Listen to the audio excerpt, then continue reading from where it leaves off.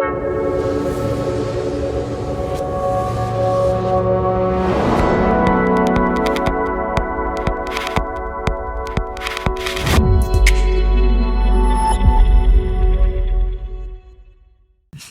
à toutes et à tous, pour ceux que j'ai pas encore rencontrés. Donc c'est un plaisir de vous présenter l'outil, qui a beaucoup évolué depuis la version de l'année dernière, puisqu'il y a un an à peu près jour pour jour, on était ici. Et donc après un travail qui a, on va dire, mobilisé 8 personnes. C'était une petite équipe cette fois-ci, parce que vous vous souvenez, pour la définition des grilles de maturité, on était à peu près 70. Donc là, on a réuni une petite équipe de 8 personnes. 4 personnes de chez Supply Chain Plus, que je vous présenterai tout à l'heure, et 4 développeurs, en fait, un chef de projet et 3 développeurs qui ont travaillé d'arrache-pied pour nous permettre d'avoir cet outil qui complète formidablement bien, en fait, la suite de Supply Chain Plus. Souvenez-vous, on avait un guide référentiel et maintenant on a un instrument de mesure, ce qui change tout. Alors, pendant ma présentation, je ne serai pas seul. Je ferai intervenir 2 personnes qui sont dans la salle. Donc, qui sont Stéphanie Irigouin et Damien Boulanger de la société Labéry. Et ensuite, je ferai aussi intervenir par visio Adrien Mantel de la société Tuan et aussi Olivier Carpentier qui est le chef de projet, qui a permis justement le développement de cet outil.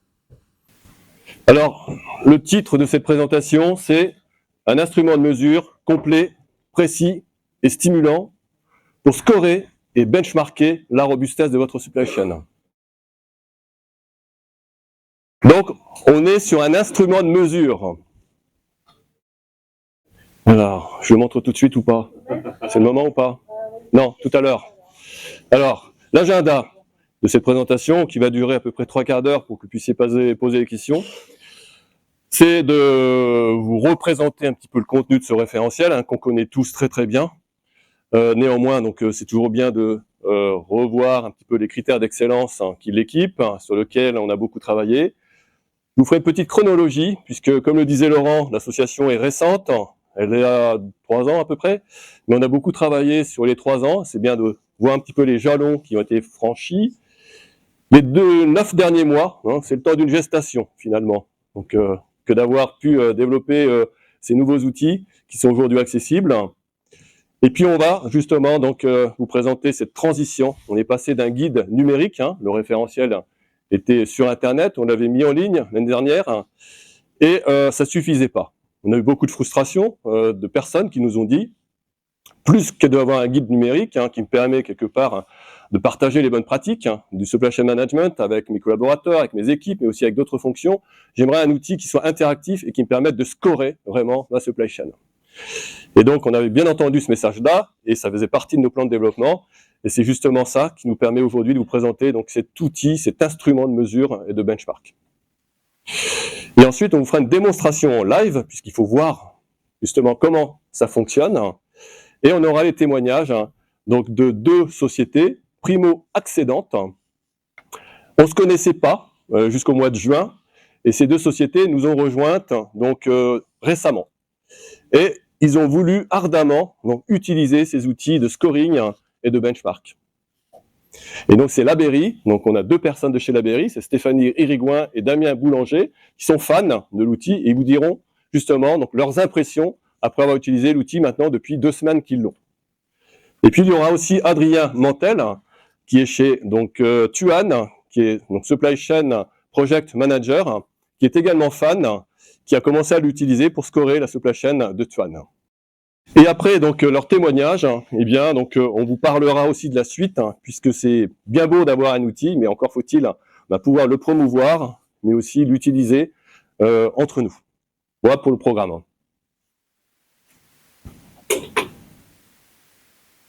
Slide suivante, s'il te plaît, Laurent. Donc, le référentiel, on le connaît tous. Vous avez 10 modules. On parle aussi de levier de performance durable. On dit qu'on est le référentiel le plus complet, puisqu'il n'y a pas d'autres référentiels sur le marché mondial qui fassent le tour de l'ensemble des critères de la performance. Donc, aussi bien sur le côté technique de la supply chain, mais aussi sur les côtés périphériques, qui sont notamment la prévention des risques, des accidents de travail, c'est la supply chain préventive, la résilience. On a vraiment donc une dizaine de modules qui sont complets sur la résilience et qui vont jusqu'à la cellule de crise et aux exercices d'entraînement de l'entreprise pour se préparer justement aux crises. On a quelque chose sur l'éco-responsabilité, donc il y a pas mal de choses qui sont là-dessus. On a des choses sur la supply chain collaborative et apprenante. Donc ça, c'est vraiment les grandes nouveautés de ce référentiel et qui, une fois de plus, donc proviennent de tout ce travail collaboratif et collectif qu'on a pu faire. La particularité aussi de ce référentiel, c'est un référentiel métier qui a été conçu, alimenté, développé par des professionnels que nous sommes tous. Donc, il répond au plus près des attentes du terrain, puisque ce sont des praticiens, mais aussi des experts, des offreurs de solutions, qui sont des champions dans leur domaine, qui ont participé à l'écriture de ce référentiel. Alors, on peut passer à la suivante, Laurent. Donc, on a 80 critères d'excellence, et j'aime bien dire que ces critères d'excellence, c'est autant de projets qu'il faut conduire dans son entreprise pour couvrir l'ensemble, on va dire, des bonnes pratiques de supply chain management. Il y a plus de 800 bonnes pratiques dans la supply chain, et pour faire ces 80 critères d'excellence, ces 80 projets de supply chain, il faut en général 10, 15, voire 20 ans. Donc la supply chain, c'est pas quelque chose qui se structure, qui s'outille et qui s'organise en l'espace de 2 ou 3 ans. Peut-être si on est une start-up, peut-être si on part d'une feuille blanche, on peut aller plus vite parce qu'on n'est pas nombreux, mais néanmoins, ça prend du temps. Et il fallait un outil pour justement aider donc, les directions supply chain donc à structurer le chemin et à planifier ses projets. Et c'est ce qu'on a aujourd'hui. Alors, les étapes clés, c'est d'abord, donc en 2020, il y a une idée originale, il y a la création d'un concept, il y a la structuration du référentiel à ce moment-là, mais rien n'est écrit, notamment au niveau des grilles de maturité. On fonde Supply Chain Plus en 2021, donc entre 5 membres cofondateurs de l'association, on se dit qu'il y a quelque chose à développer. On crée cette association pour justement donc supporter le développement de ce référentiel et faire en sorte que les entreprises se l'approprient. En 2021, fin 2021, début 2022, on commence vraiment les travaux de structuration, de définition des grilles de maturité. Ça va prendre 2 ans ce travail-là. Donc vous vous souvenez, pour ceux qui ont participé, c'était des réunions du soir en général. Donc 18h, 19h30, c'était 1h30. On balayait un critère, 2 critères. Et on avait la chance d'avoir donc des experts, des praticiens, des fins connaisseurs de chaque critère qui nous commentaient globalement comment ils voyaient les choses à un niveau débutant, à un niveau basique, à un niveau intermédiaire et à un niveau expert ou avancé. Donc 2 ans de travail. En 2023, donc on commence au début de l'année 2023 donc à digitaliser ce référentiel parce que jusqu'alors c'était des feuilles Excel donc qui n'étaient pas vraiment exploitables en entreprise, même si on a fait les premiers audits grâce à ces feuilles Excel. Donc qui permettait quand même de supporter donc, les évaluations. Et donc c'était l'année dernière, on a mis en ligne ce référentiel qui était ouvert à tous les membres en mode consultation. Et vous vous souvenez, donc on avait fait décoller une fusée pour symboliser la mise en orbite de ce référentiel qui est donc disponible, toute la connaissance est disponible donc à tout un chacun. Et donc 1 an plus tard, nous revoilà. Et donc, cette fois-ci, c'est pas une mise en orbite, parce que le référentiel, globalement, donc, est partagé, mais c'est plutôt une mise en service des outils de scoring et de benchmark. Et donc, et l'onboarding aussi, déjà de 7 entreprises, dont les évaluations sont contenues déjà dans la base de données du référentiel, ce qui nous permet déjà donc, de permettre à ces entreprises de se benchmarker. Donc voilà, c'est ce que je vais vous montrer aujourd'hui. Alors, les 9 derniers mois, ça a d'abord été de constituer une équipe de projet, donc une équipe de projet réduite au niveau de Supply Chain Plus. Donc, ça a été fait sur la base du volontariat. À un moment donné, on a lancé un message en disant qui est intéressé pour entrer dans cette nouvelle phase. Et donc, j'ai Baptiste Petrilli, qui est consultant, mais aussi manager de transition, qui a accepté donc de rejoindre l'équipe. C'était bien de l'avoir, puisqu'il a ce côté technique, il a développé pas mal de projets IT, dans ses différents parcours dans des supply chains donc assez robustes. Donc il a été très utile justement pour dialoguer avec le développeur de solutions sur les choix techniques, mais aussi sur des aspects donc ergonomiques. Et on avait aussi donc 2 praticiens, Sabrina Fossard et Zakia Essid, donc qui sont des praticiens de la supply chain. Zakia est responsable supply chain chez Sagemcom Tunisie, donc il connaît très bien la supply chain. Et Sabrina Fossard, donc, qui est responsable donc, de l'entrepôt international donc, de Nercis à Arras. Pourquoi ces 2 personnes-là? Parce qu'elles avaient déjà quelque part, fait certifier leur supply chain. Elles avaient déjà utilisé le référentiel, et il nous fallait des gens qui connaissaient finalement l'utilisation du référentiel avec les fameux tableaux Excel. Et pour avoir utilisé le référentiel, et pour savoir ce que l'on en fait, en situation d'auto-évaluation ou d'audit, donc il nous fallait ces personnes qui savaient ce qu'on pouvait attendre d'une solution digitale. Voilà, et puis j'ai eu la chance, moi, d'animer cette équipe de projet. De la phase 2, ça a été d'écrire ensemble un cahier des charges. Donc ça a été fait au mois de novembre-décembre 2023. C'est un cahier des charges qui était assez complet, qui faisait une vingtaine de pages, qui a ensuite été soumis au CA, donc au mois de janvier, qui a pu poser des questions, qui a pu l'amender, et qui ensuite l'a validé. Et c'est sur la base de ce cahier des charges qu'on a fait donc, un appel d'offres. Alors, je ne vous cache pas que l'appel d'offres a été restreint, il s'est surtout orienté à une société, c'est R3C, Spontanéité, qui avait déjà développé la partie donc, guide numérique. Donc, on a estimé qu'on n'allait pas changer de cheval ou de monture. Il connaissait bien, quelque part, la structure du référentiel. Il a déjà développé cette base de données qui abritait les critères du référentiel. Donc, c'était bien de continuer à le faire travailler. Et ce choix s'est avéré payant. Donc, et ensuite, donc, les développements ont commencé. Donc, Olivier va pouvoir nous peut-être le rafraîchir la mémoire. C'était au mois de mars, par là. C'est un projet qui a duré entre 3 et 6 mois. Et donc, il a mobilisé pour ça donc, 3 développeurs, chacun spécialisé donc, dans du soft, dans les différents langages qui ont été utilisés pour véritablement donc, nous offrir une interface qui soit donc, à la fois rapide, qui soit sécurisée, mais qui soit aussi donc, interactive. Donc Olivier nous parlera justement donc, de ce travail qu'il a fait. Et ensuite, donc, on a fait la recette technique et fonctionnelle et graphique aussi de ce référentiel. Donc ça, c'était pendant les vacances jusqu'à il y a encore quelques jours pour régler les derniers détails. Et la phase 5, ça a été l'onboarding, je répète, donc, de 2 sociétés, plus les 5 sociétés qui avaient déjà donc, fait la certification et dont on avait les données. Et avec leur accord, bien entendu, on a saisi ces données dans la base, si bien qu'aujourd'hui, on a 7 sociétés qui ont des données sur 4 principaux modules, c'est-à-dire une 35 à peu près critères. Donc je remercie Bonduel Fresh, Lustucrufray, Bjorg, Enersys, Sagemcom, donc, qui étaient les sociétés qui ont été certifiées, qui ont accepté qu'on saisisse leurs données. Donc ils ont les mots de passe aussi pour intervenir sur leurs données, mais aussi Tuan et Laberry, donc qui sont les primo-accédants à ce référentiel qu'ils utilisent déjà depuis 2 semaines.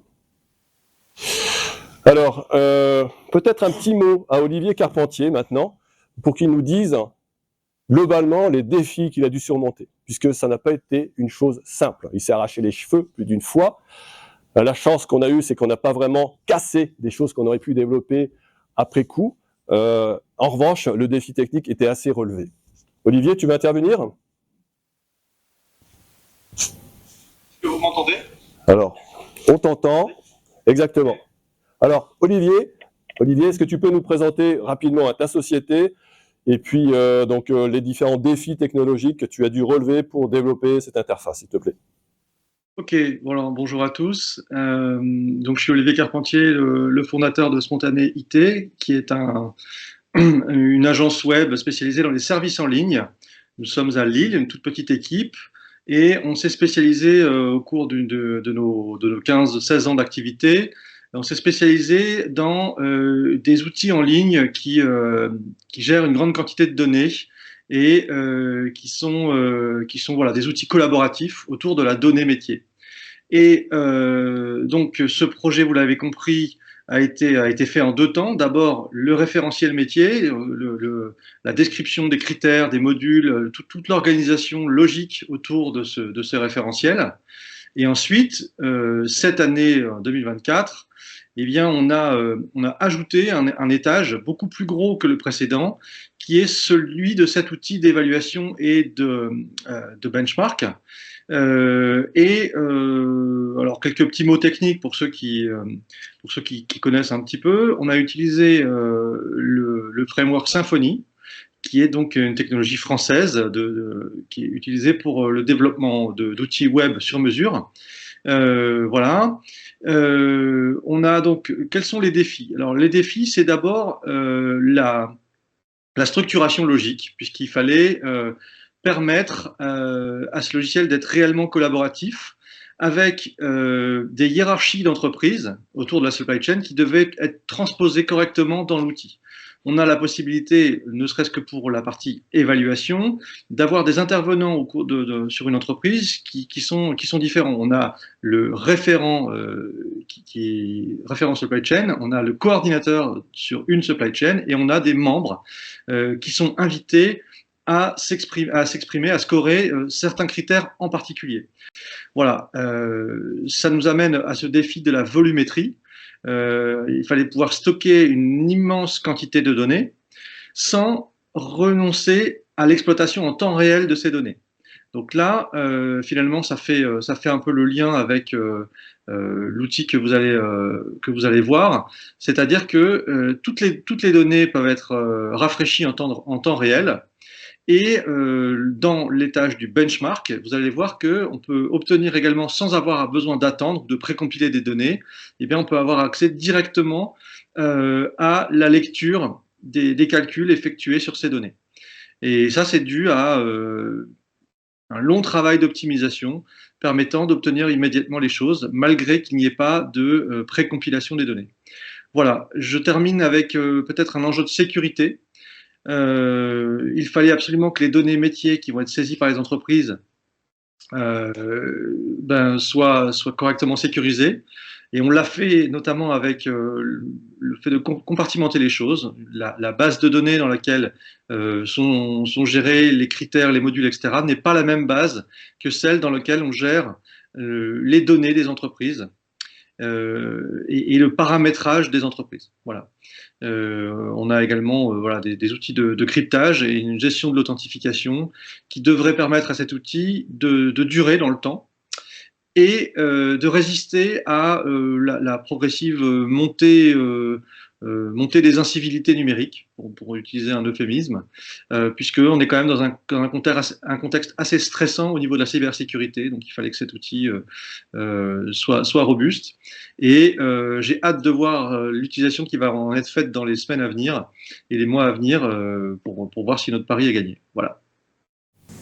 Merci Olivier. On peut applaudir hein, parce qu'ils ont vraiment bossé. Hein. Si on l'avait devant nous, c'est quelqu'un qui fait 1m98, donc il en impose, on l'appelle le géant des Flandres, puisqu'il est basé à Lille, et donc on est vraiment ravis de l'avoir comme partenaire pour développer nos solutions. L'intérêt de travailler avec lui, c'est qu'il lâche jamais. Donc quand il y a un problème technique, il va toujours trouver une solution, et aussi avec moi, il sait qu'il faut la trouver, cette solution, parce que je ne vais pas oublier non plus, quoi. Je ne vais pas renoncer. Quoi. Merci encore Olivier hein, de ton partenariat avec nous. Alors, maintenant que Olivier s'est exprimé, eh bien, donc, on va passer justement du guide numérique à l'instrument de mesure. Une grande nouveauté, comme je vous le disais, c'est l'instrument de mesure. L'année dernière, j'étais venu avec une fusée qu'on avait fait décoller, comme si on était à Kourou, avec une mise à feu. Et donc, c'était symbolique, hein, quelque part, de la mise en orbite de cette fusée. Et cette année, je suis venu avec un nouvel objet. Et d'après vous, c'est quoi? Eh oui! Voici donc comment on peut symboliser donc l'outil donc de Supply Chain Plus hein, pour mesurer et benchmarker la supply chain. Donc c'est une règle graduée. On a une échelle qui va de 0 à 100%, comme cette règle hein, qui fait 1 mètre. On peut parler aussi de mètre étalon. Et donc votre travail, hein, c'est qu'en parcourant le référentiel, c'est d'arriver donc à trouver donc le bon, on va dire, niveau de maturité que vous avez entre donc 0% ou 100%. Donc l'outil se veut assez précis, vous pouvez scorer donc à 1% près, voire à un demi%, même si on arrondit donc à l'unité près. Mais globalement, voici l'objet qu'on a aujourd'hui dans la supply chain pour mesurer sa maturité. Ça n'existait pas vraiment et on peut se rendre compte avec notamment les premiers utilisateurs de ce référentiel que ça change tout. Lorsque vous avez un livre qui soit papier ou sur Internet, on lit le livre. Notre livre est assez gros, il y a 80 critères. Si on avait à l'éditer, peut-être qu'il ferait 300 pages. À un moment donné, c'est rabarbatif. Dès lors qu'on a un outil et qu'on adresse les critères les uns après les autres, on se prend au jeu. C'est-à-dire qu'on va regarder toutes les grilles, on va essayer de se situer sur le bon niveau, et on verra que l'outil vous permet aussi de documenter donc la maturité de votre supply chain avec des jeux de couleurs, mais aussi avec des commentaires que vous pouvez laisser. Donc l'outil va favoriser l'apprentissage du référentiel et son utilisation dans les entreprises.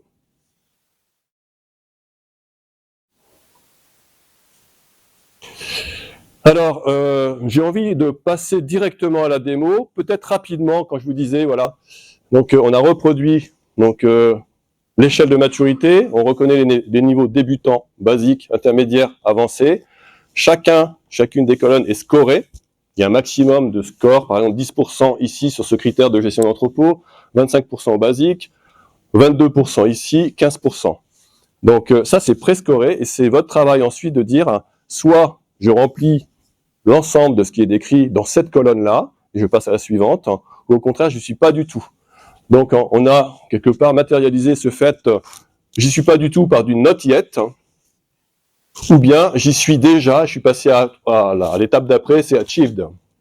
Donc, c'est quelque chose d'assez simple qui vous permet d'aller assez vite, dès lors que vous ne vous reconnaissez pas dans une colonne que vous avez déjà franchie, puisque vous êtes allé au stade supérieur, ou bien que vous apercevez que vous n'êtes pas encore arrivé au niveau de ce qui est écrit dans cette colonne, et vous allez mettre not yet, pas encore, quoi.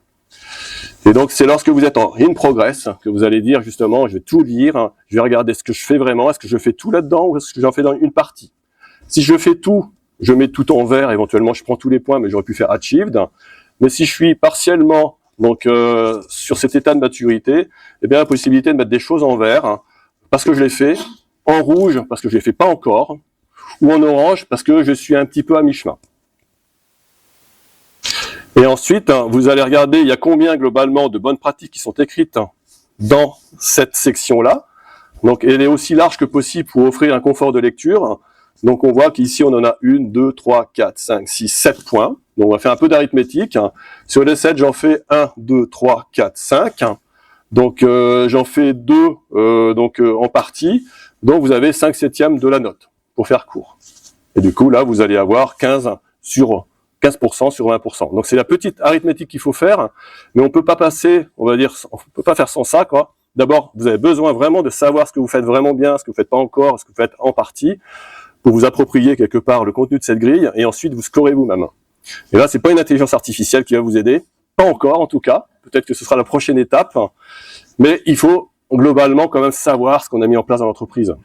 Et donc ces grilles, comme on va le voir, on les répartit aux sachants dans l'entreprise, aux chefs de service, ADV, transport, entrepôt, planif, etc. Et c'est ces personnes-là qui connaissent vraiment ce qui est en place dans leur service, qui vont lire le référentiel, qui vont être capables de dire, là on va très vite, achieved, achieved, achieved, on n'est pas complètement à 100%, donc je me mets en in progress, je lis, ça je fais pas, ça je fais en partie, et je détermine que je suis à X%.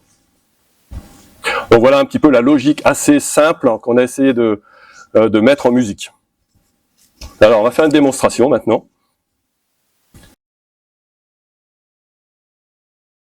On est déjà dessus. C'est parfait. Alors, on est sur une supply chain véritable. On peut remercier Laurent parce qu'on est sur sa supply chain. Où là, vraiment, on se balade dans le référentiel, comme vous le savez. On peut lire les grilles. On a déjà les grilles qui sont pré-scorées, en fait. On connaît les valeurs nominales de chaque colonne. Maintenant, je vais aller dans l'outil mesurer. C'est ça qui est nouveau. Je clique ici. Je change d'environnement. Je change d'environnement. Et j'ai ici donc la même structure du référentiel. Et j'ai la possibilité donc de scorer chacune des critères du référentiel. Alors, avant de scorer, on a un petit module ici qu'il est bon de connaître. On va voir mon périmètre. Et Laurent, comme il est le référent, chez lui, il peut attribuer les critères à différentes personnes dans les services qui travaillent sous sa responsabilité. Donc, on retrouve la liste de tous les critères et on voit les attributions. Donc, chez Laurent, en fait, on a créé 2 comptes, le sien et celui de Jean-Michel Ross. Mais vous pouvez en avoir jusqu'à 5. Et donc, il y a des critères qui sont non applicables. Par exemple, il ne fait pas d'import-export puisqu'il distribue donc essentiellement sur le marché domestique. Donc, on ne va pas mettre ce critère-là puisque ça le pénaliserait. On ne va pas non plus lui donner, par exemple, le critère de DDMRP qui est ici, puisque ça ne s'applique pas chez lui. Il ne fait pas de DDMRP puisque ce critère est dédoublé avec MRP2. Donc, planification tactique tous les deux, l'un avec la méthode MRP, l'autre avec la méthode DDMRP. Et vous voyez, donc là, j'ai des critères qui ne sont pas applicables. Donc, si je fais, par exemple, respect des consignes d'hygiène et de sécurité, c'est celui-ci qu'on va évaluer. Je mets là, et quand je retourne dans le référentiel, ici, il s'est affiché ici. Donc, c'est vraiment le respect des consignes de sécurité. Il est toujours gris parce qu'il n'a pas encore été consulté. Et dès lors que je fais ça, il s'affiche ici. Et je peux commencer à faire mon scoring. Donc, il suffit en fait de cliquer ici sur éditer, de se dire, ben ça, j'y suis déjà, par exemple. Donc, 20 points directs. Là, je vais là, j'y suis déjà direct. Laurent, tu vas nous dire où tu en es dans les consignes de sécurité là, et d'hygiène. Là, on est à 20%. Admettons qu'ils soient là, qu'ils se disent, bon, je ne fais pas tout. Tiens, par exemple, je n'ai pas une checklist énumérée qui énumère les points critiques, je n'ai pas ça. Allez, je mets ça en rouge, rapidement. Je fais ça complètement, je mets du vert, et ça, je le mets en orange. C'est pas complètement sous contrôle. Ok, orange. Donc là, on devine qu'on fait 1,5 sur les 3. Du coup, ça vaut 20 points, je vais mettre 10%. Et puis, on va dire, tiens, ça, il faut vraiment qu'on travaille là-dessus. Hein. Je ne vais pas l'oublier, donc je fais un CTRL-C. Je mets ça, mémo pour action, et le voilà. Et je fais enregistrer, sinon je peux regarder. Donc, vous voyez, donc là, vous avez 10% sur les 20, sinon vous avez tout. Si on fait un calcul rapide, hein, on est à 70%, sauf que ce n'est pas fini. On a des bonnes pratiques complémentaires hein, qu'on avait définies ensemble. Et là, on en a 2, 4, 5. Donc, on fait éditer. Elles sont toutes énumérées ici. Admettons qu'il y ait quelque chose qui ne s'applique pas à vos supply chain. Alors là, ce n'est pas le cas, hein, tout s'applique, hein, mais je pourrais débrayer donc cette bonne pratique pour qu'elle en fait, ne me pénalise pas lorsque je vais faire donc, les sous-totaux. Donc, je la remets. Alors, est-ce qu'il y a des ports systématiques des équipements de protection individuelle bon, je pense que oui. Hein. Ouais, ces bonnes pratiques, elles sont complémentaires, elles s'appliquent potentiellement à toutes les grilles, à tous les stades de maturité. C'est pour ça qu'elles sont dans le stock d'en bas. On peut être débutant et forcément, on va appliquer ça. Est-ce qu'il y a une signalisation, donc une sécurisation des zones de danger? Ok, 4 points. Est-ce qu'il y a une installation et une exploitation des racks de stockage dans le respect des règles de sécurité? J'imagine qu'il y a même des audits qui sont faits, donc là-dessus, il n'y a pas à tortiller. 4. C'est s'il y a des séances d'échauffement musculaire systématique à la prise du poste en entrepôt. Peut-être pas systématique. Ah! Du coup, là, la moitié, ok? Ou peut-être un quart. Comme tu veux. Quand tu dis c'est pas systématique, c'est une fois sur 2 ou une fois sur 4. On peut aller jusque-là, d'accord? Allez, on va être gentil, on va mettre 2. En revanche, je me le rappelle, ça, parce que ça me plaît pas quand même que les gars commencent à froid. Hein. Là aussi, CTRL-C, je vais m'en souvenir tout à l'heure. Et ensuite, est-ce qu'en cas de crise sanitaire, il y a tout ce qu'il faut, hein, guide de règles d'hygiène, de sécurité, etc. Tout ça, c'est prêt à être sorti des cartons. Très bien. Donc là, on met 4. Donc ça fait 4 fois 4, 16, plus 2, 18. J'enregistre. On a bien 18 sur 20%. Et maintenant, on va réconcilier tout ça en faisant ça, et vous avez bien 88% qui s'affiche. Donc c'est pour vous montrer que, 1, le calcul il se fait bien, et 2, que c'est rapide. Olivier n'a pas dit que son principal défi, ça avait été de faire cette modale. Dès lors qu'on rentre là-dessus, vous êtes sur une modale. Donc c'est une présentation en fait horizontale de chacune donc, des étapes, et tout est enregistré dans le navigateur. Toutes les actions qui sont sur cette modale sont enregistrées dans le navigateur. Et ensuite, lorsqu'on fait valider, ça rentre dans la base. Et ça, c'est quand même une prouesse assez technique, où ils ont passé beaucoup d'heures. Vous vous souvenez qu'on avait quelque chose là qu'on avait enregistré, donc je vais le mettre ici. Je vais me dire, tiens, c'est peut-être même au niveau intermédiaire, hein, ces choses-là, échauffement musculaire, je le mets ici. Et là, c'est bon. Le score n'a pas changé. Hein. Maintenant, ce qui m'intéresse, c'est de voir globalement donc, ce que j'ai ici dans mon périmètre, dans mes documents. Donc ici, quand vous allez consulter toutes les annotations que vous avez apportées, vous avez la liste, hein, l'échauffement musculaire, mais aussi ce qu'on vient de noter. Et ça, c'est vraiment intéressant. Parce que le référentiel est dense, vous le parcourez, vous répartissez quelque part son exploitation avec d'autres différents responsables de service, et c'est à eux d'identifier vraiment les choses qu'ils ne font pas encore, qu'ils voudraient mettre en place. C'est ça qui va vraiment servir à outiller la feuille de route. de demain. Donc ça, c'est déjà un avantage. Et on peut continuer comme ça. Donc on retrouve par exemple ce qu'on a fait, simplement pour vous dire, si je retourne ici, il faut que je retourne dans la modale.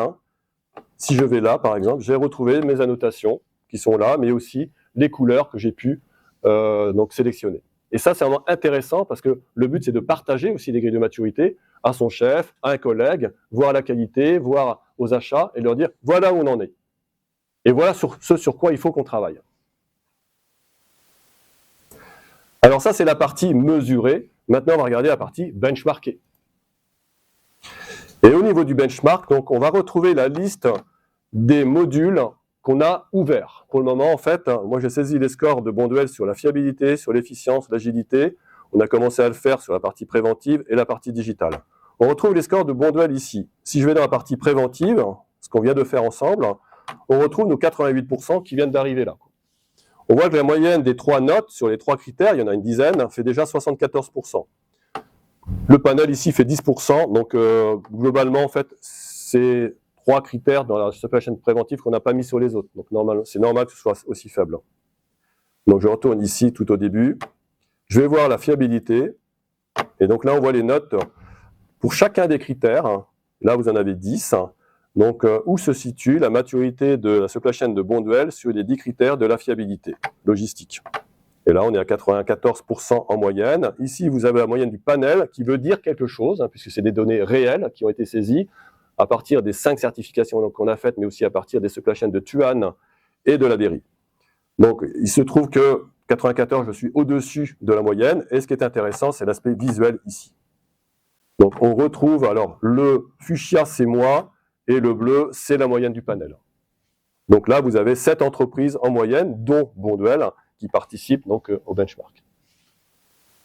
Et donc, on peut voir très rapidement là où on en avance et là où on est en retard, peut-être, sur certains critères.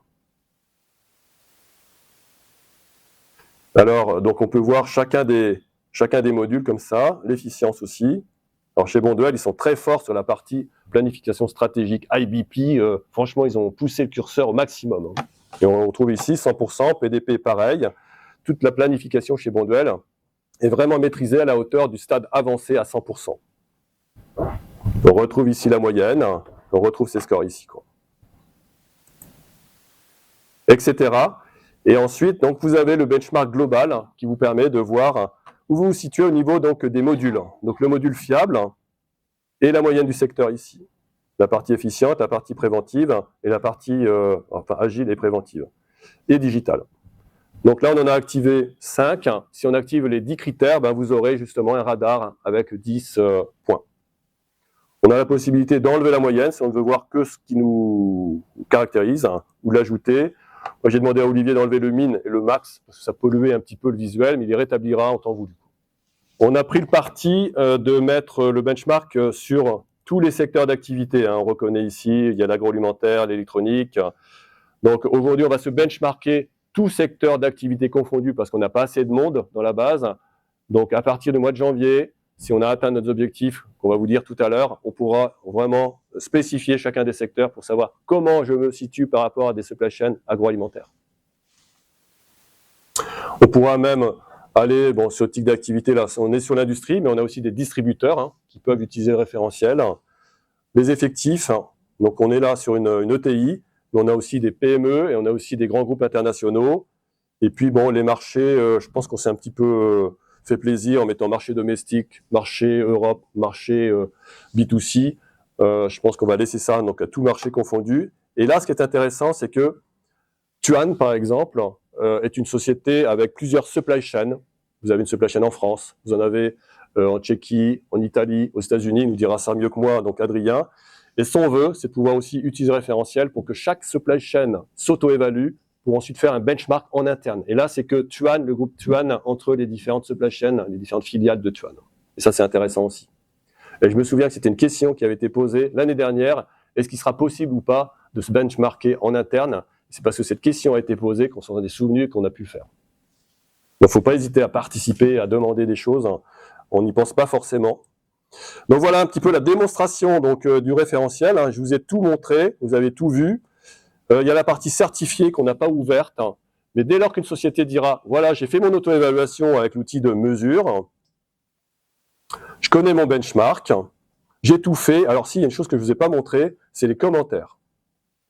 Quand vous faites une auto-évaluation, donc vous avez les couleurs vert, orange et rouge, vous faites des copier-coller des actions que vous souhaitez mettre à votre feuille de route, mais vous avez la possibilité aussi de commenter la situation actuelle.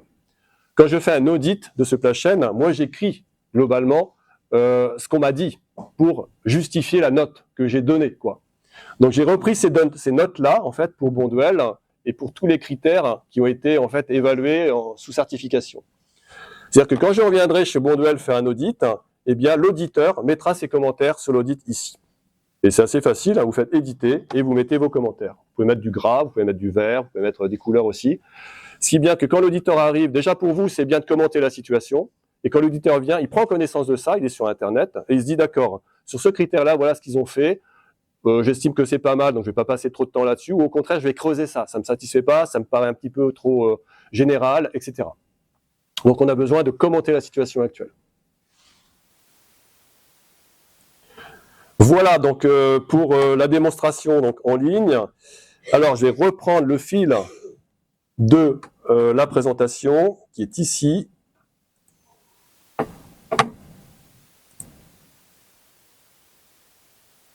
Donc c'est un petit peu détaillé là aussi, hein, le fait qu'un critère détaillé se retrouve dans la liste ici, laquelle est consolidée, et la conso pour un module se retrouve ici avec la moyenne générale de la maturité de votre supply chain sur tous les modules.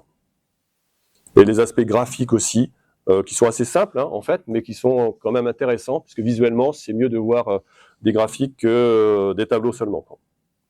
Alors je vais proposer maintenant à Labéry donc, de bien vouloir venir. Donc c'est Damien qui va venir et qui va aussi donc, vous partager son expérience de l'utilisation du référentiel.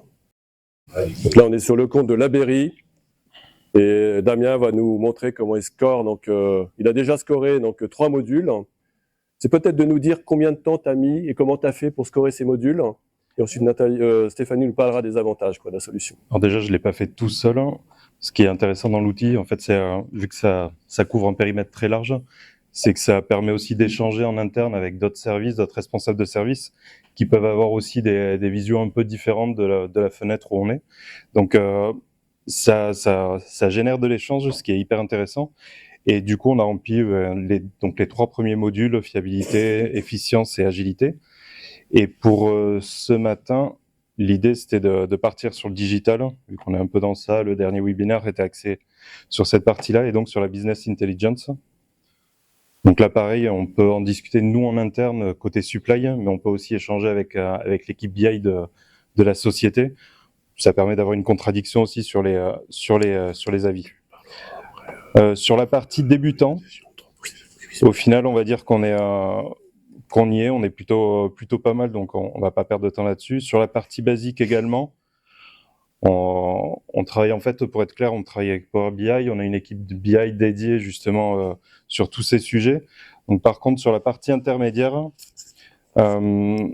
du coup, dans ce qu'on s'était noté, en gros, toutes les voilà, c'est ce qu'on se note principalement, c'est que toutes les entités de la supply ne sont pas encore couvertes à 100% par le BI.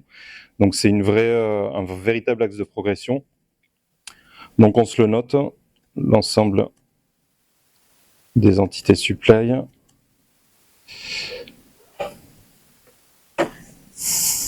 Et donc du coup, sur cette partie-là, oui, on est en automatique.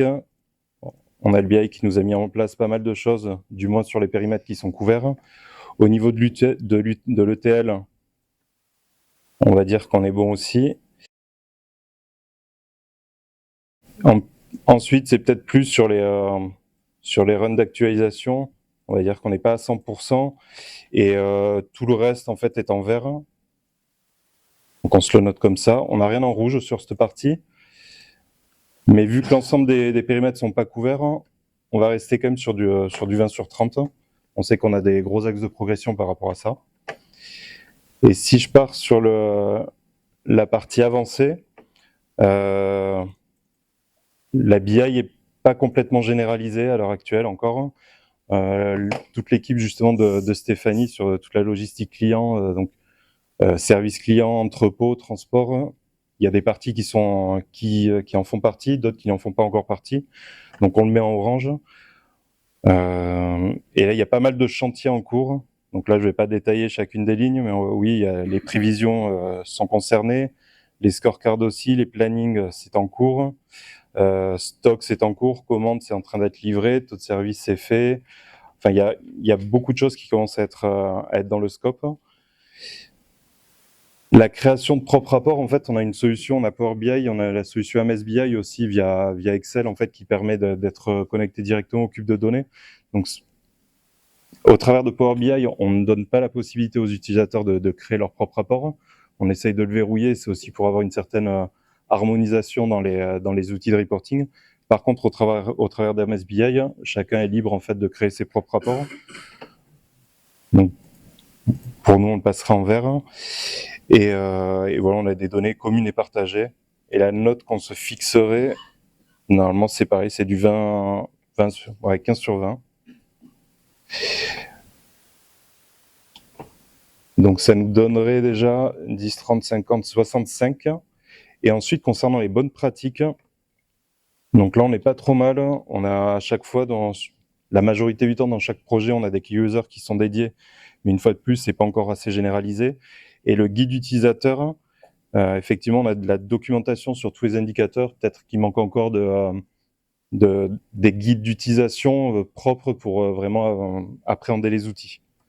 Donc, je nous mets 7. Et une fois de plus, ces notations, ça va être en concertation à plusieurs personnes. Donc, sur la BI, pour le moment, on sera du 79 sur 100. Donc, on connaît les axes de progrès qu'on a à faire, une généralisation et peut-être pousser encore un peu plus sur l'exploitation des données. Merci Damien. Alors Stéphanie, est-ce que tu peux nous dire maintenant comment est-ce que tu vois cet outil-là? Est-ce que c'est un outil utile pour la BRI? Quel usage tu veux en faire? Quels sont tous les avantages que tu vois? Bonjour à tous. Donc c'est tout nouveau, hein. On a adhéré il y a 15 jours, mais on est déjà, le COMEX est déjà intéressé à cet outil-là que j'ai dû présenter vendredi dernier.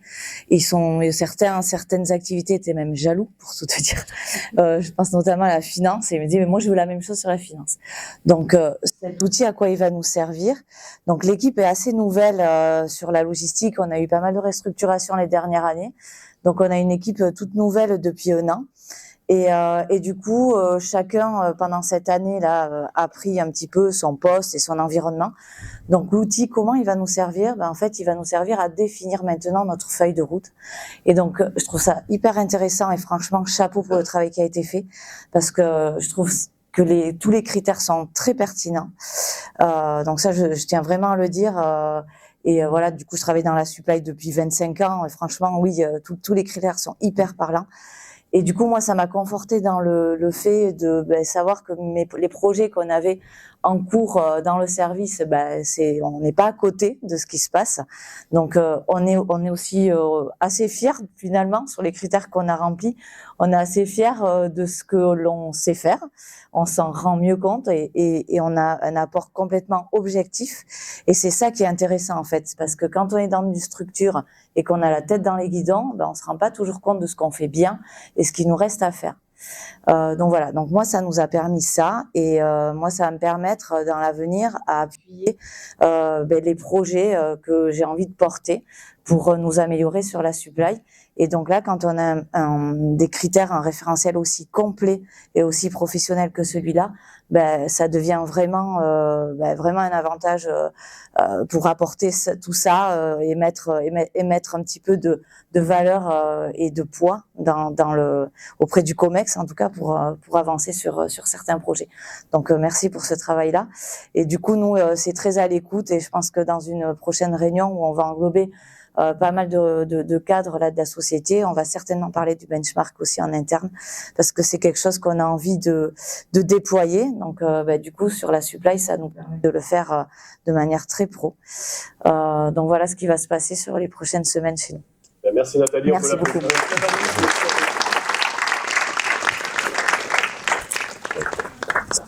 Alors, on a aussi le témoignage d'Adrien Mantel. Adrien, est-ce que tu nous entends? Oui, tout à fait. Parfait. Et vous? Très bien. Donc, je vais rapprocher le micro du haut-parleur. Et si tu veux bien présenter rapidement Tuan, et puis là aussi, tes premières impressions avec l'utilisation du référentiel pour scorer et benchmarker ta supply chain. Bien sûr. Eh bien, bonjour à tous tout d'abord. Donc moi, je suis en charge des projets Supply Chain Group de la société Tuan et je suis ravi d'avoir rejoint la communauté Supply Chain Plus en tant que membre, puisque c'est récent, hein. Notre adhésion, elle date d'il y a 1 an. Donc notre société, c'est une ETI française. On est spécialisé dans le domaine de la santé, notamment en orthopédie, médecine et prévention. On fabrique et on distribue des dispositifs médicaux pour améliorer la qualité de vie des patients. Donc, nos produits, ça va être des ceintures lombaires, ça va être des orthèses, ça va être des bas de compression, des bandes de contention, de compression. Et c'est des produits qui sont destinés à traiter des pathologies comme le mal de dos, les troubles veineux, l'orthopédie. Toutes ces choses-là, on ne les souhaite pas, mais voilà, c'est une première aide. Donc, on va retrouver nos produits en pharmacie, chez les grossistes, et à travers nos filiales de distribution, que ce soit en France, mais aussi à l'export. Et donc notre supply chain, comme ça a été mentionné avant, est donc mondiale avec des antennes régionales, puisqu'on a des responsables supply aux États-Unis, en France, en Allemagne, avec des centres de distribution et des entrepôts dans ces pays-là. Donc concernant la grille de maturité, on avait précédemment utilisé un outil de mesure qui était un outil norvégien qu'on avait trouvé sur Internet, qui datait de 2008. Et donc, on l'avait, entre guillemets, recopié sur un fichier Excel. Et il nous permettait d'animer nos rankings de supply chain régionales. Mais avec le temps, on s'est rendu compte que, en fait, les questions étaient devenues de moins en moins pertinentes et parfois obsolètes, hein. Les choses évoluent.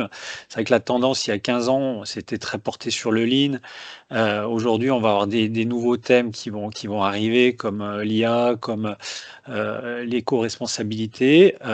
Et donc, en fait, les thèmes abordés de notre grille de maturité précédente devenaient obsolètes et on perdait en pertinence. Et en fait, on a tout de suite été emballé quand on a vu que un travail titanesque était en place pour créer un nouvel outil de ranking. Et donc, voilà, on a commencé à se renseigner.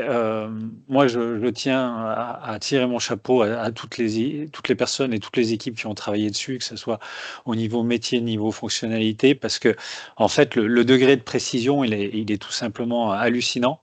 Parce que quand on a commencé à faire le ranking des questions avec nos directions supply chain, on s'est vite rendu compte que le contenu, on était vraiment dans le vrai par rapport au quotidien d'une supply chain.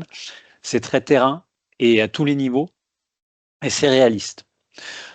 Et puis c'est aussi unique, en fait, d'avoir un outil comme ça au niveau mondial, parce qu'en cherchant bien, je mets à défi n'importe quelle supply chain au niveau mondial pour avoir un outil aussi complet. Donc là, c'est une chance pour nous d'avoir l'opportunité de l'utiliser. Alors ça fait 15 jours qu'on utilise cet outil. Voilà, donc on a fait 20 questions pour l'instant. On s'est concentré sur donc des questions qu'on peut faire sans s'encadrer d'autres services, parce que on organisera des workshops par la suite, parce que c'est important ce qui a été dit, c'est que il faut engager les autres services, parce que la vision peut être transverse et on peut manquer des informations si on le fait à 2 ou 3. C'est aussi l'objectif, hein. Si on veut engager derrière un plan d'action, il faut que le ranking soit juste et soit réaliste, puisque le plan d'action qui va en découler est nécessairement en communauté. L'outil en lui-même, super ergonomique, il est facile d'emploi, que ce soit la prise en main, clarté de la version web, c'est un plaisir. Faut compter à peu près 10 minutes par question, hein. Alors, on conseille de le faire par session d'1 heure à 2 heures par semaine, quelque chose de régulier, sur une période de 2 ou 3 mois, parce que si on se fait les 80 questions, on va y passer beaucoup de temps et ça risque, on peut se fatiguer. Donc c'est bien de le faire régulièrement, comme il faut, 10 minutes par question, en groupe. Et puis, le plan d'action qui en résulte, c'est bien ficelé parce qu'il sort automatiquement. Et les pistes de progrès, on les voit tout de suite apparaître. Et puis, bon, comme ça a été précédemment dit par Thierry, nous, c'est l'occasion d'entrevoir le futur développement de cet outil pour arriver à mesurer distinctement chaque supply chain régionale au sein du groupe, parce qu'on veut créer une dynamique au sein du groupe de progrès et en fait comparer les supply chains régionales pour tendre vers une harmonisation de la qualité globale de notre supply chain. Donc pour cela, on attend forcément que l'outil soit traduit en anglais. Enfin, en termes de contenu, on a commencé à travailler avec Thierry sur la traduction des questions elles-mêmes, mais après le contenu doit être traduit aussi. Et donc voilà, en définitive, on peut que vous recommander l'outil qui donnera la vision la plus juste de votre maturité et d'identifier les axes de progrès. Et surtout définir un pipeline projet et une roadmap en fonction des points d'amélioration. Merci beaucoup, Merci à tous. Adrien. Merci, on peut l'applaudir aussi.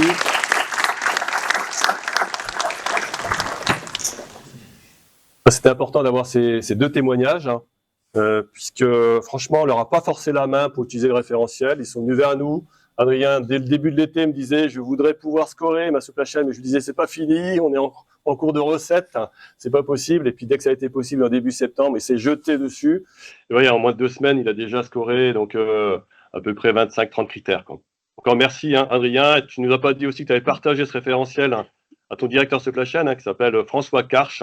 Oui, tout à fait. Et donc, il a le même ressenti. On est aligné là-dessus. Je vais parler pour deux. Merci.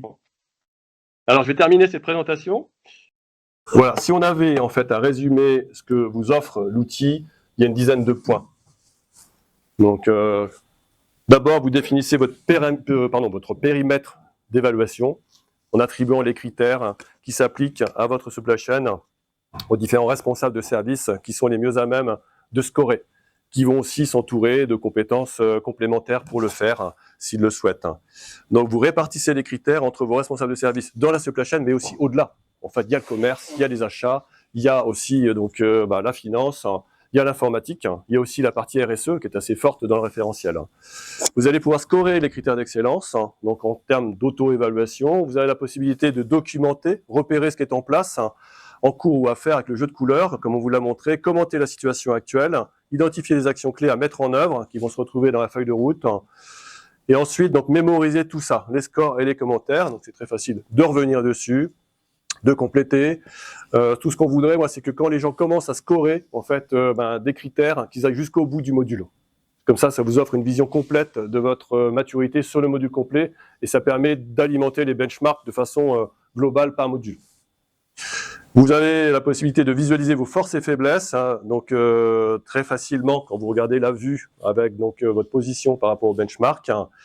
Et ensuite, ça vous permet de vous préparer à la certification. Donc les certifications, on en fait une par an. Donc c'est sur la base du volontariat. On n'avait pas cet outil-là pour les faire. Moi, je pense maintenant, ainsi que le bureau, que grâce à cet outil, grâce à cet instrument de mesure, eh bien, ça va aider les entreprises vraiment à aller de l'avant pour demander des certifications. Alors, pour terminer, donc voici un petit peu les avantages de cet outil. Donc Stéphanie en a parlé, Adrien aussi. Donc au niveau des entreprises, voilà, on l'utilise pour promouvoir la supply chain dans l'entreprise, mesurer sa robustesse, se benchmarker et établir la feuille de route. Voilà, donc ça donne des points de repère à l'entreprise et des arguments pour avancer. Pour un consultant ou un offreur de solutions, donc ils sont nombreux chez Supply Chain Plus, vraiment vous pouvez utiliser l'outil. Alors, pas de mesure, mais vous aurez aussi la vue benchmark à partir du mois de janvier. Mais l'idée, c'est de pouvoir présenter le référentiel en mode consultation à vos clients pour les aider à s'évaluer sur 1 ou 2 critères, ce sur quoi vous êtes sollicité. Et leur dire, voilà, vous êtes à 20%, nous, on peut vous amener et vous accompagner jusqu'à 80%. Choisissez-nous, on a la bonne méthode, on a les bonnes solutions aussi, et on va faire tout ça en 3 mois. Donc là aussi, c'est intéressant de s'appuyer sur un référentiel qui montre en fait le chemin qui va être suivi. Et la finalité, c'est d'avoir 80 voire 100% de robustesse sur le critère en question. Pour les associations, c'est l'utiliser comme support de benchmarking et de partage de bonnes pratiques entre les membres. Donc, si les membres ont une adhésion, comme c'est le cas pour certaines associations qui sont avec nous, je pense à Alpes Supply Chain, donc il y a Jean-Baptiste Fleck qui est avec nous, mais il y a aussi la Nouvelle-Calédonie, ils sont 5 ou 6. Il y a aussi donc des choses à La Réunion, donc en Tunisie. Donc, on va pouvoir donc animer comme ça des benchmarks inter-entreprises au niveau régional. Donc ça va être possible aussi. Et enfin, les écoles, c'est un outil pédagogique. Grâce à ça, les étudiants, ils mettent vraiment le pied dans l'entreprise. C'est un outil professionnel, comme on l'a déjà dit. Et donc, pour eux, c'est vraiment aussi un outil qui peut les aider dans un stage. Voilà, je vous ai travaillé sur ce sujet de stage. Il y a un critère là-dessus. Vous êtes à combien? On auto-évalue à 25% la situation. J'ai envie d'aller jusqu'à 100%. Et je vais vous aider pour le faire. Et là aussi, c'est stimulant pour le stagiaire, mais aussi pour l'alternant et aussi pour l'entreprise, parce qu'il y a une finalité, c'est vraiment là aussi de gagner des points, de gagner en maturité.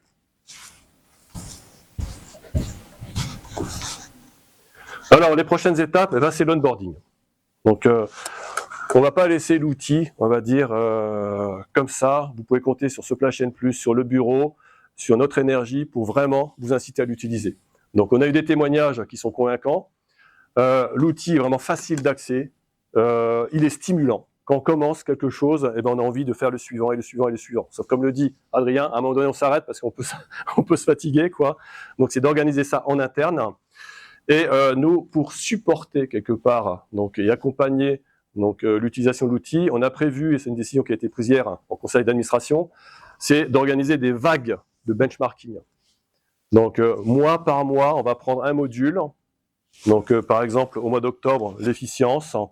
On va prendre un critère ou deux. On va organiser une visio qui va rassembler les membres, mais aussi les followers. Il y a près de 4000 followers aujourd'hui chez Supply Chain Plus. Et avec une entreprise qui va nous dire comment elle score ce critère sur la base vraiment de données réelles, comme l'a fait tout à l'heure en direct Damien. On va amener d'autres entreprises qui ont pris une adhésion pour scorer justement leur supply chain, et on va le faire tous ensemble. Donc, on va se donner rendez-vous à plusieurs entreprises qui ont les accès pour scorer ensemble l'efficience. Et on va montrer à ceux qui n'ont pas d'adhésion, en fait, comment fonctionne l'outil, le contenu, et comme c'est facile en fait d'utiliser l'outil. Et on pense que ça va non seulement favoriser la montée en puissance entre membres qui sont déjà adhérents et qui utilisent le référentiel pour se scorer, mais aussi pour ceux qui nous regardent et qui vont se dire « Waouh, c'est génial, franchement, on a vraiment une démonstration en live de comment on score sa supply chain sur un critère, voire sur 2 critères. » Et pendant cette heure de visio, on va expliquer ce qu'il y a finalement dans cette grille de maturité. Et l'entreprise qui va se scorer va dire globalement par quel chemin elle est passée pour arriver à 70%, 80%. Donc c'est l'idée qu'on a retenue pour promouvoir ces outils de scoring et de benchmark. Donc un module par mois, démarche collective. L'objectif, c'est d'avoir 25 supply chains cette année qui soient membres et utilisatrices des outils de scoring et de benchmark. Donc aujourd'hui, on en a 7. Et ce qui serait bien, c'est que voilà, il y en ait donc 18 de plus d'ici à la fin de l'année. Et pour ça, on a une adhésion qui n'est pas très chère, qui vaut 500 €. Donc, on a le bulletin d'adhésion ici, que vous apportez. Vous pouvez déjà le remplir, le signer, et puis avec le trésorier, vous ferez le virement par la suite, quoi. Donc, en fait, c'est un tarif qui a été défini par le CA, qui n'est pas très cher, 500 €, pour justement s'adresser à le plus d'entreprises possible, que ce soit des grands groupes, c'est rien pour eux, des ETI, c'est pas grand-chose, et aussi des PME. Voilà, c'est 500 € par an, c'est pas non plus la mer à boire, quoi, avec tous les avantages que ça apporte. Voilà, puis j'arrive à ma conclusion.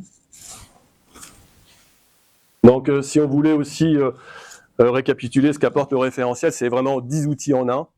Donc, un maître étalon pour se mesurer, une boussole pour s'orienter dans la supply chain, parce que c'est beaucoup de concepts, beaucoup de critères d'excellence, un outil de management. En fait, vous êtes directeur, directrice supply chain, et c'est toujours des projets en plus, et tous les ans, et encore des projets, on peut se dire, mais on s'arrête où? On en est où? C'est ce que disait Stéphanie, ça nous permet de savoir vraiment ce qui est en place, ce qu'on a fait, et finalement, ça renvoie une image de fierté de ce qu'on a accompli, et donc c'est très stimulant pour embarquer les équipes. On va travailler sur le digital, et notamment sur l'intelligence artificielle. On est à 0%, on veut être à 50% l'année prochaine, voilà ce qu'on va faire. Vous voyez, donc ça, c'est intéressant, ça donne du sens. Un guide pédagogique pour les écoles, un miroir aussi pour connaître soi-même l'étendue de ses connaissances, voire de son expérience parmi les 80 critères. Il faudrait presque un benchmark individuel pour savoir où on en est personnellement dans la maîtrise de toutes les bonnes pratiques de supply chain management et de logistique durable. Ça peut être ça aussi. Enfin, un télescope pour voir plus loin, parce qu'il y a vraiment des choses qui ne sont pas forcément faites encore dans l'entreprise, donc on se projette. Un outil de benchmarking, maintenant c'est en place, comme vous avez pu voir, et puis un outil de certification et plus largement un outil de promotion de la supply chain. Donc voilà ce que, en fait, transporte comme possibilité ce référentiel. Alors, on rappelle ici donc comment nous rejoindre, tout simplement en devenant membre. Pour les étudiants, on a une adhésion de 10 € par an, c'est 3 fois rien. Pour les praticiens en entreprise et avoir l'accès au guide numérique en mode consultation, c'est 60 €, là aussi c'est pas grand-chose. Et ensuite, c'est 500 € pour vraiment accéder aux outils, avoir 5 comptes et commencer à l'utiliser pour scorer, benchmarker sa supply chain. Voilà, j'en ai terminé. Merci de votre attention. Si vous avez des questions, demain.